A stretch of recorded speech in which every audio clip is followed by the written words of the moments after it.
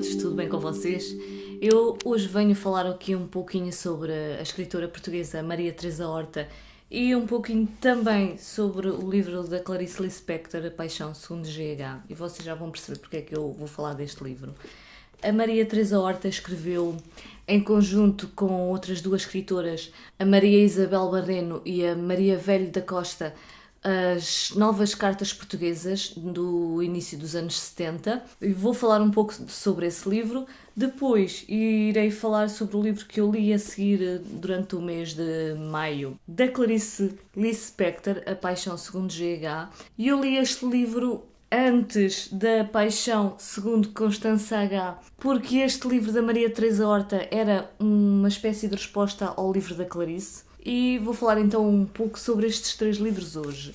Bom, e a Maria Teresa Horta, pelo que eu descobri então nos últimos meses, foi uma figura importante da nossa história aqui em Portugal, principalmente dentro do movimento feminista. Ela esteve à frente de uma revista chamada Mulheres e que, pelos vistos, liderou então o importante movimento pela libertação das mulheres. E a escrita dela é uma evidência das suas ideias. Ela coloca a figura da mulher então como figura principal dos seus livros. Ela dá importância ao corpo feminino e à sua sexualidade e mostra bastante aquilo que é ser mulher no meio desta sociedade. Um dos livros que ela escreveu e que me despertou mais curiosidade e que eu optei por não ler no mês de maio é o As Luzes de Eleonora, sobre a Marquesa de Alorna, que eu optei por não ler por ser um livro de 1000 páginas, e isso deixa-me um pouco apreensiva porque, apesar de me ter despertado o interesse por também ser um romance histórico, penso eu fiquei na dúvida se valeria a pena ler esse livro. Se vocês por acaso conhecerem este livro e tiverem uma opinião, deixem-me nos comentários para saber se vale a pena. E em relação ao livro que ela escreveu então em conjunto com outras duas escritoras que também são Marias, As Novas Cartas Portuguesas, e que é um livro de 1971, elas usam aqui muito o nome de Maria em várias cartas, em vários textos. Penso que também aproveitando o facto de Maria ser um dos nomes mais comuns em Portugal e ser uma forma também de representação do que é ser mulher em Portugal, ou mesmo de uma representação das mulheres em geral. Elas usam, além de Maria, outras derivações do nome. Usam Maria, Ana, Mariana, Joana, Maria Ana, e brincam um bocado com estes nomes. O nome principal que é usado é aqui o nome de Mariana, que vem das cartas portuguesas que foram escritas no século XVII pela Mariana Alcoforado, que supostamente era uma freira de Beja e que foi abandonada por um oficial francês que esteve ali de passagem naquele convento e que teve um caso amoroso com ela. Estas cartas portuguesas originais são então as cartas que ela escreve a esse oficial, o Chamilly, e são um pouco uma história de amor não correspondido. As novas cartas portuguesas destas três autoras vão ser então textos claramente intertextuais com estas cartas portuguesas do século XVII. Há mesmo alusões diretas a essa Mariana Alcoforado. Esta personagem está constantemente a aparecer nessas cartas, assim como outras pessoas que estavam ligadas à Mariana. Além de cartas, vai ter também alguns poemas, algumas passagens em francês, que por acaso eu tive pena de não estarem traduzidas na edição que eu li. No geral, estes textos, essas cartas, mesmo que não estejam escritas em formas de poema, tem muita poesia dentro dessa prosa, e o que eu senti pena, apesar de serem textos muito fortes, foi o facto de alguns desses textos serem muito difíceis de perceber, muito densos, mas felizmente eram apenas alguns desses textos que eram assim mais intragáveis. A maior parte deles eu consegui percebê-los minimamente bem. Eles têm, no geral, uma forte mensagem feminista. Dá para perceber claramente as condições em que as mulheres viviam nessa época, na época da ditadura em Portugal, dentro dos anos 60 a 70, em que elas eram claramente subjugadas ao homem, teriam que se sujeitar aos seus desejos, eram fortemente reprimidas a nível sexual. Há aqui uma grande denúncia mesmo em relação à divisão de tarefas de homens e tarefas de mulheres, enquanto que o papel da mulher basicamente limitava-se a ela ter que ficar em casa a cuidar da casa e dos filhos, os homens saíam para os seus trabalhos e iam basicamente salvar o mundo. Enfim, há aqui uma diferença mesmo claramente marcada entre ser-se homem e ser-se mulher. E para ilustrar estas diferenças e esta repressão da mulher, eu escolhi um texto que eu vou ler agora para vocês, que acho que ilustra muito bem o que era ser mulher naquela altura. A rosa tu, de maina adolescente, que compraste em papel de tantas cores como és por dentro. Mulher que vejo presa a mito de macho, e pálida te tornaste por isso, em ferida dada, tornada, esfacelados os olhos no seu tom, brilho, e me enraiveço que não sejas tão forte, mais forte, como eu não sou, quisera ser. Nunca a homem atreita, enquanto homem macho somente dono, aguardando nós dele brandura, tolerância, condescendência.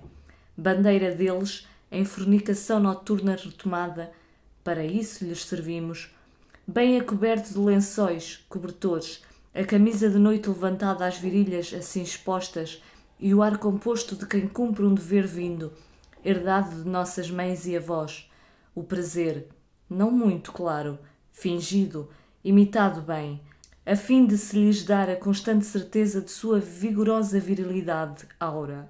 Bons na cama e no trabalho, excelentes pais de família e patrões de mulher, com ordenado certo ao fim do mês, a fim de se poder comer e ter carro.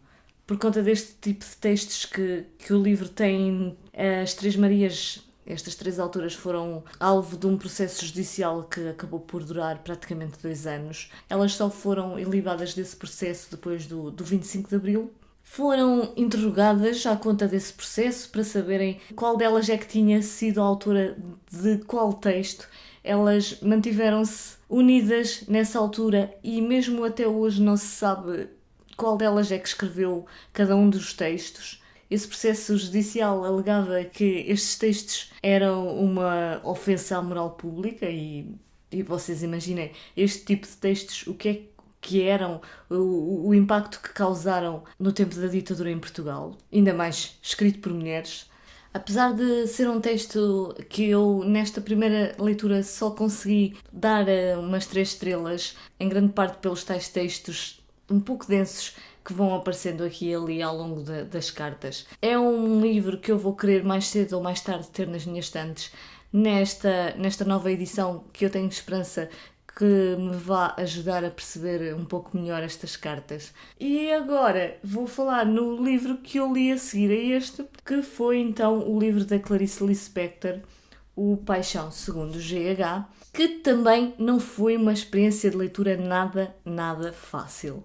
O livro vai narrar então um acontecimento aqui na vida da GH, que nós só sabemos estas iniciais desta personagem. Vai então narrar aqui um acontecimento muito simples na vida desta mulher e do início ao fim vamos aceder aos pensamentos da GH, no fundo ao seu delírio durante este acontecimento tão simples e tão banal da vida dela. E eu senti um pouco como se isto basicamente fosse um delírio momentâneo, uma alucinação dentro da cabeça dela, porque há ali uma cena que para mim é pouquíssimo credível e foi uma sensação mesmo muito estranha, tudo o que se passa ali na sua cabeça. O que acontece aqui é então um dia normal na vida de GH, em que ela despede a sua empregada, ou a sua empregada foi-se embora por algum motivo, e ela vai sentir uma necessidade enorme de organizar a casa, de fazer limpezas, e vai então entrar no quarto onde essa empregada viveu durante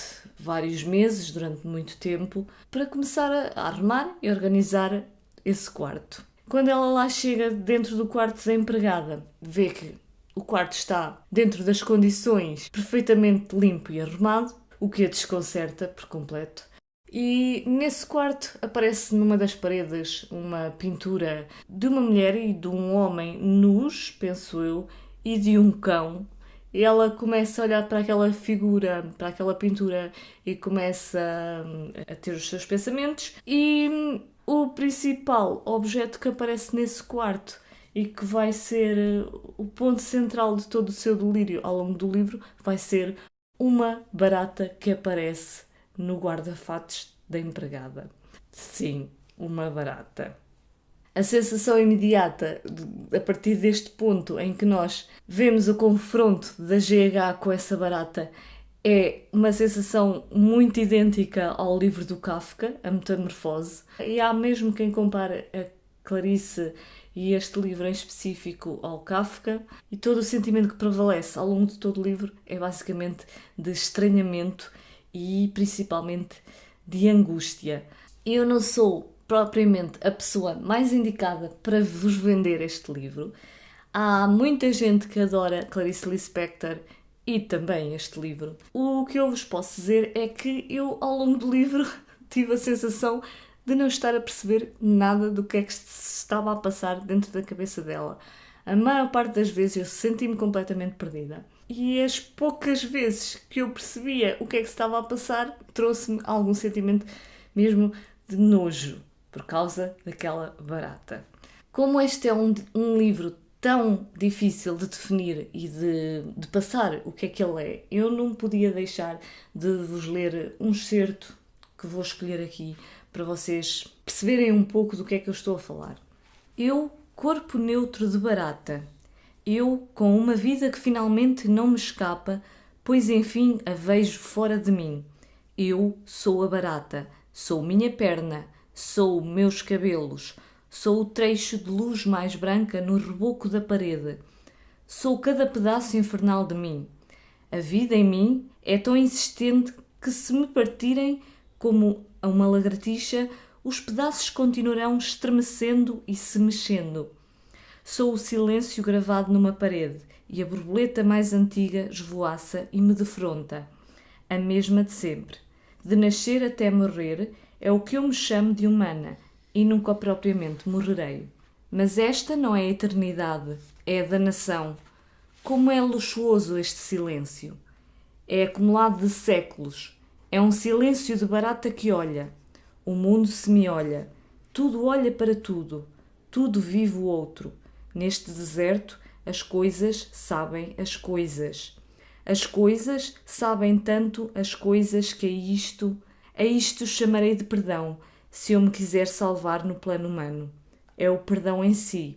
Perdão é um atributo da matéria viva. Eu fico perturbada com este livro. Depois eu fui ler então aqui a resposta da Maria Teresa Horta à paixão segundo GH da Clarice. No livro dela então, A Paixão segundo Constança H. Aqui a principal conexão que eu senti entre estes dois livros foi o facto de ambos serem histórias de mulheres e sobre os seus delírios, sobre as suas angústias, e eu penso que a loucura é um elemento comum entre estes dois livros, muito mais claramente neste do que no outro. No outro nós podemos pensar que será uma mulher comum que tem pensamentos profundos sobre uma barata, sobre o mundo que a rodeia, sobre aquilo que está dentro e fora da sua cabeça. Aqui a história de Constança H no livro da Maria Teresa Horta é mesmo uma história de uma mulher que vai se degradando na sua relação com o seu marido, o Henrique, ao longo dos anos, principalmente por causa de uma traição que foi ali a grande causa da ruptura do seu relacionamento. Esta paixão aqui da Constança é uma paixão completamente avassaladora e ainda por cima os dois têm filhos aqui fruto da sua paixão. E por causa da força dessa paixão, apesar da ruptura ter acontecido entre os dois, a Constança não vai deixar de amar o Henrique e vai sofrer ao longo de muito tempo com isso.